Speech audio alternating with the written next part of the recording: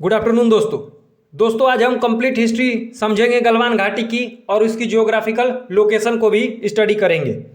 गलवान घाटी वही स्थान है जहां पर भारत और चीन के सेनाओं के बीच झड़प देखने को मिली थी। वर्तमान कारण यह था कि गलवान वैली के पास भारत और चीन की सेनाएं भ्रमण करती है, मतलब पेट्रोलिंग करती हैं। भारत का कहना है कि भारत का जो हिस्सा है वह फिंगर 8 तक है, मतलब फिंगर 8 तक जो होता है दोस्तों वह पहाड़ियाँ हैं, 8 पहाड़ियाँ हैं जिसे नाम दिया गया है finger 1, finger 2, finger 3, finger 4, finger 5, finger 6, finger 7 और फिंगर 8।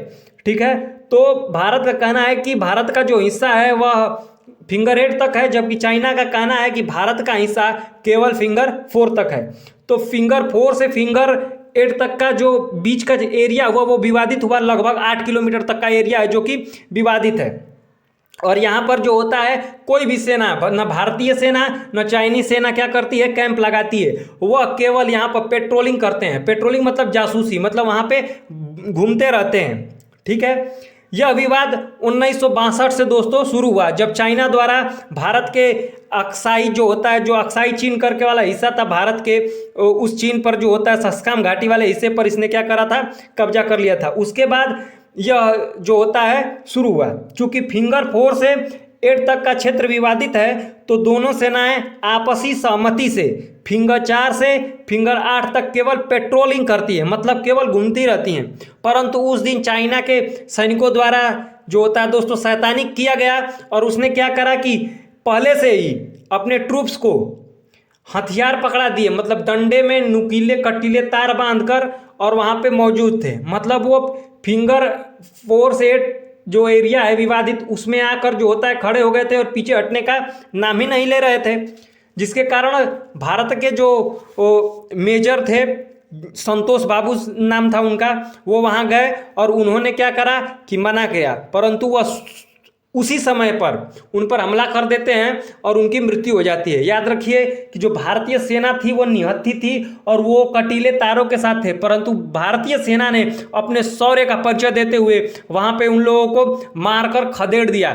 लगभग दोस्तों भारत के 20 सैनिकों की जो होता है दोस्तों वीरगति को प्राप्त हुए और उधर से 45 से 50 सैनिक मारे गए, परंतु चाइना ने इसका खुलासा नहीं किया। ठीक है, आइए अब हम प्रमुख बिंदु पर नजर डालते हैं कि चीन के विदेश मंत्रालय ने इस घटना के बाद क्या कहा है। चीन के विदेश मंत्रालय ने उस घटना के बाद कहा था कि जो कि LAC है, लाइन ऑफ एक्चुअल कंट्रोल, वह चीन का हिस्सा है, अतः हम अपनी जगह पर सही थे। वह चीन का दावा है। चीन हमेशा से झूठ बोलता है। लाइन ऑफ एक्चुअल कंट्रोल उसने तो 1962 ईस्वी के बाद करा ना, उससे पहले तो वो भारत का ही हिस्सा था। गलवान दोस्तों अब हम आप लोग समझेंगे क्या, गलवान घाटी की जियोग्राफिकल लोकेशन को। संपूर्ण गलवान घाटी दोस्तों आपको मैप में दिख रहा होगा, उसकी संपूर्ण जियोग्राफिकल लोकेशन को हम लोग समझेंगे।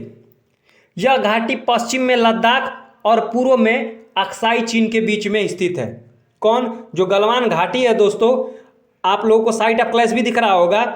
गलवान जो घाटी है वह पश्चिम में लद्दाख और पूर्व में अक्साई चीन के बीच में स्थित है। गलवान घाटी उस स्थान को कहते हैं जहां पर गलवान नदी के पास मौजूद पहाड़ियों के बीच स्थित है। गलवान नदी है, गलवान नदी के पास जो पहाड़ियां हैं उसी स्थान को क्या कहते हैं हम लोग, गलवान घाटी कहते हैं। अगर पूछे गलवान घाटी कहाँ कहाँ स्थित है तो यह पश्चिम में लद्दाख और पूर्व में अक्साई चीन के बीच में स्थित है।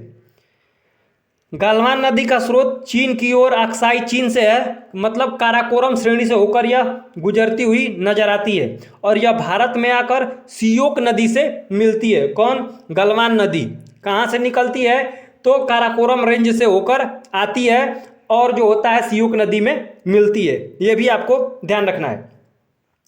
गलवान घाटी का पूर्वी हिस्सा चीन के जिनजियांग जो तिब्बत मार्ग के पास है उससे जो होता है लगता है, जिसे हम लोग G219 हाईवे भी कहते हैं। तो गलवान घाटी का पूर्वी हिस्सा चीन के जिनजियांग प्रांत से लगता है जो कि तिब्बत का हिस्सा है और जिसे हम लोग क्या बोलते हैं दोस्तों, G219 हाईवे भी कहा जाता है। तो ये रही गलवान घाटी की जियोग्राफिकल लोकेशन। आइए अब हम लोग समझते हैं कि लाइन ऑफ एक्चुअल कंट्रोल क्या है। वास्तविक नियंत्रण रेखा हिंदी में, भारत और चीन के सीमा क्षेत्र का निर्धारण करती है क्या? LAC लाइन, मतलब line of actual control, Bharat और चीन के बीच सीमा का निर्धारण करती है। भारत का कहना है कि यह जो लाइन ऑफ एक्चुअल कंट्रोल है, मतलब LAC है, यह 3440 किलोमीटर तक ही है। मतलब चीन का जो LAC लाइन है वह हम लोग के जो बीच बॉर्डर डिवाइड कर रहा है उसकी जो किलोमीटर में लंबाई है 3440 किलोमीटर तक ही केवल फैला हुआ है। दूसरी तरफ चीन दावा करता है कि जो लाइन ऑफ एक्चुअल कंट्रोल है वह 3440 किलोमीटर से और 2000 किलोमीटर लंबा है। मतलब 5440 किलोमीटर तक के क्षेत्र को क्या कहता है कि वह लाइन ऑफ एक्चुअल कंट्रोल है। LAC लाइन गलवान घाटी या गलवान नदी और सियोक नदी के संगम पर स्थित है। यह भी आपको याद रखना है कि यह गलवान नदी और सियोक नदी के संगम पर स्थित है। कौन? LAC line. आप लोगों को दिख रहा होगा दोस्तों, LAC लाइन गलवान जो वैली है उस पर जो होता है नदी के पास स्थित है। जब यहाँ झड़प हुई, जब यहाँ पर लड़ाइयाँ शुरू हुई तो चीन ने यह दावा किया कि संपूर्ण जो वैली है, मतलब संपूर्ण जो गलवान वैली है वह किसकी है? तो भाई यह संपूर्ण गलवान वैली हमारी है, चीन का दावा था। क्योंकि LAC लाइन को चाइना क्या कहता है? भारत 3440 किलोमीटर तक क्षेत्र को कहता है कि वो आपका है, जबकि चाइना तो 5440 किलोमीटर के क्षेत्र तक को बोल देता है। तो इसमें ये भी एरिया आ जाता है। ठीक है।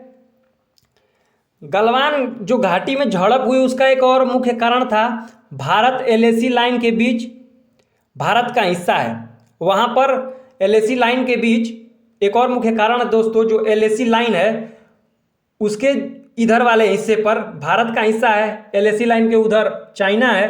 तो LAC लाइन के अपने वाले हिस्से में भारत जो होता है वह रोड बना रहा है, रोड बना रहा है।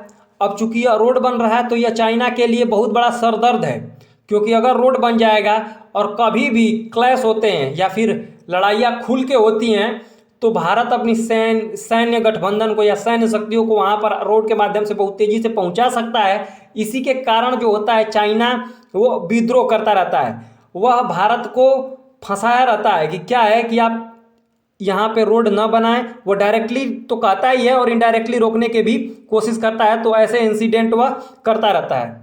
दोस्तों अगर गलवान वैली की बात की जाए तो भारत आज़ाद के बाद 1960 तक, मतलब 1956 ईस्वी में जब आप मानचित्र देखेंगे, भारतीय मानचित्र, तो उसमें जो LAC है, लाइन ऑफ एक्चुअल कंट्रोल, वो भारतीय मैप में LAC लाइन जो है, मतलब उस समय तो नहीं थी 1956 में, तो ये जो गलवान घाटी का संपूर्ण इलाका है वो भारत का ही माना जाता था। ठीक है। परंतु क्या होता है कि 1962 ईस्वी में इंडो चाइना वार होते हैं और उसके बाद गलवान घाटी के कुछ हिस्से पर यह कब्जा कर लेता है, अक्साई चीन जिसे बोला जाता है।